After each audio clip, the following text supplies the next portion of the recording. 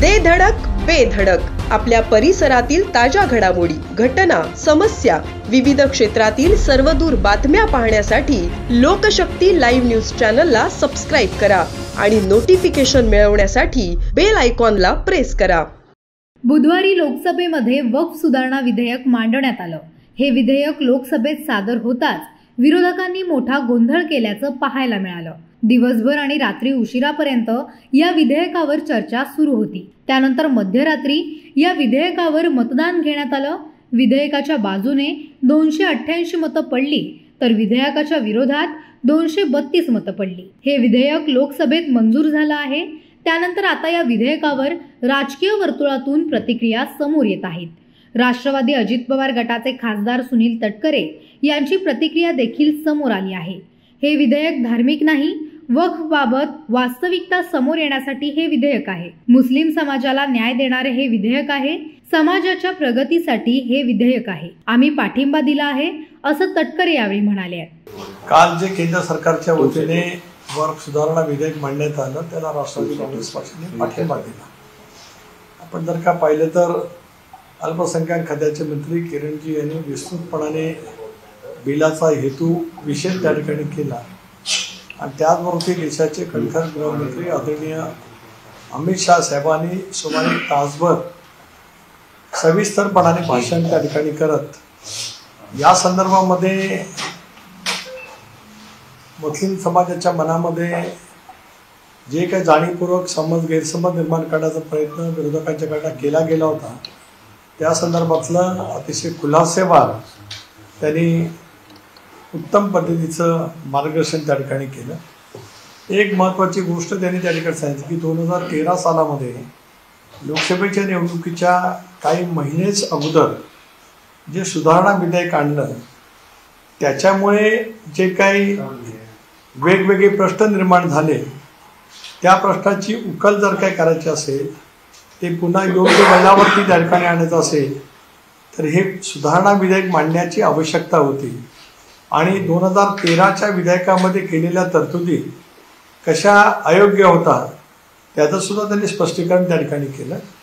एक बाब अत्यंत महत्त्वाची त्या ठिकाणी आदरणीय अमित शहासाहेबांनी सुद्धा आणि किरणजींनी नमूद केली की हे जे काही सुधारणा विधेयक मांडण्यात आलेलं आहे हे पूर्वलक्षी प्रभावाने मांडण्यात आलेलं नाही। ज्या दिवशी राष्ट्रपती महोदयांची सही होईल त्याच्यानंतर याची अंमलबजावणीची सुरुवात त्या ठिकाणी होईल। एक अपिलाचं प्रावधान त्यांनी त्या ठिकाणी केलं असताना पूर्वी ट्रायब्युनलच्या नंतर अपील करण्याची त्या ठिकाणी व्यवस्था नव्हती। ती व्यवस्था या ठिकाणी केली गेल्यामुळे मुस्लिम समाजातील भगिनी असतील, मुस्लिम समाजातील इतर नागरिक असतील यांना सुद्धा न्यायालयामध्ये त्या ठिकाणी आपला न्याय मागता येऊ शकतो अशी या सुधारणा विधेयकाची त्या ठिकाणी तरतूद आहे। आणि एकंदरीत जे वारंवार त्यांनी सांगण्याचा प्रयत्न केला की आणि ते निश्चितपणाने समजून घेण्यासारखं होतं की याचा लाभ देशभरातल्या गरीब असलेल्या मुस्लिम समाजाच्या उन्नतीसाठी मोठ्या प्रमाणावरती करता येऊ शकतो। उत्पन्नामध्ये भरीव पद्धतीची वाढ करत मुस्लिम समाजासाठी ज्या काय पायाभूत सुविधा द्यायच्या आहेत ते देण्यासंदर्भातली तरतूद या सगळ्या याच्यामध्ये केली असल्यामुळे त्याचा फायदा मुस्लिम समाजाला त्या ठिकाणी होऊ शकतो असं त्या ठिकाणी सांगितलं। राष्ट्रवादी काँग्रेस पक्षाने काल बिलाला पाठिंबा दिला। त्या बिलाच्या बाजूनेच मतदान मी त्या ठिकाणी केलेलं आहे। एक असं आहे की आपण एक समजून घेऊ शकता विधेयकाच्या बाजूने मतदान केल्याच्या नंतर विधेयकाला समर्थन केलंच त्याच्यामुळे बोलल्याने समर्थन होतं अशातला काय भाग नाही।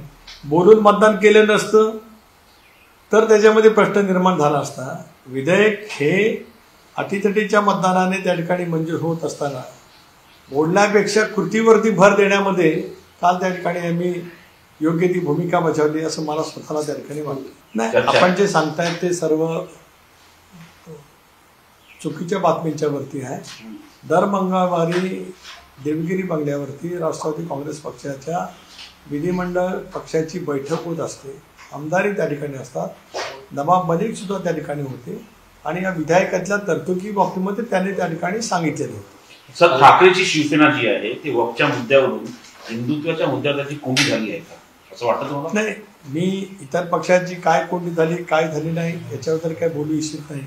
काल आपण पाहिलं तर आम्ही जसे सेक्युलर विचाराचे आहोत तसंच आपण जर का पाहिलं तर काल JDUचे नेते आपले मंत्री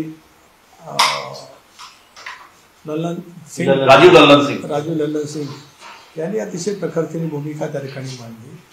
चंद्रबाबू नायडूंच्या पक्षाच्या खासदारांनी सुद्धा भूमिका त्या ठिकाणी मांडली, त्यांनी समर्थन दिलं. चिराग पासवान यांचा सुद्धा पक्ष त्या ठिकाणी आहे, त्यांनी सुद्धा त्या ठिकाणी समर्थन दिलं आहे. नंतर मांझी त्या ठिकाणी होते. त्यामुळे सर्वांनीच जे सेक्युलर पार्टी आहेत तर सर्वांनी त्या ठिकाणी समर्थन दिलेलं आहे. आणि आपण जर काही विस्तृतपणाने या संबंध पाहण्याचा प्रयत्न केला तर या सुधारणाच्याद्वारे मुस्लिम समाजाला त्याच्यातून अधिक फायदा मिळू शकतो. मला असं वाटतं काल अमित भाईंचं भाषण आपण ऐकल्याच्यानंतर त्याच्यातली